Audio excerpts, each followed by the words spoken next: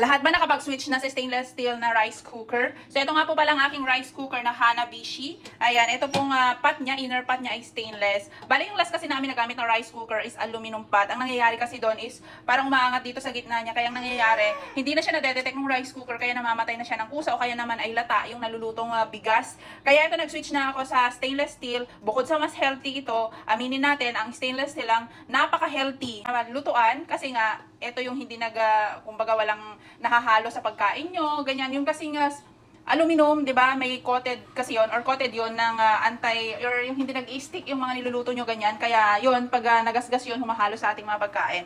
So, ito, piliin nyo ang stainless steel na lutuan kasi ito talaga ang napaka-healthy na version ng mga lutuan. So, ayan ang nabili ko. Maliit lang yan kasi syempre dadalawa lang kami ngayon ng asawa ko. Bagay to sa 3 to 5, 7 families, ganyan. Kaya ito po yung bilhin nyo para mas mura din sa kuryente kasi 500 watts lang po ito.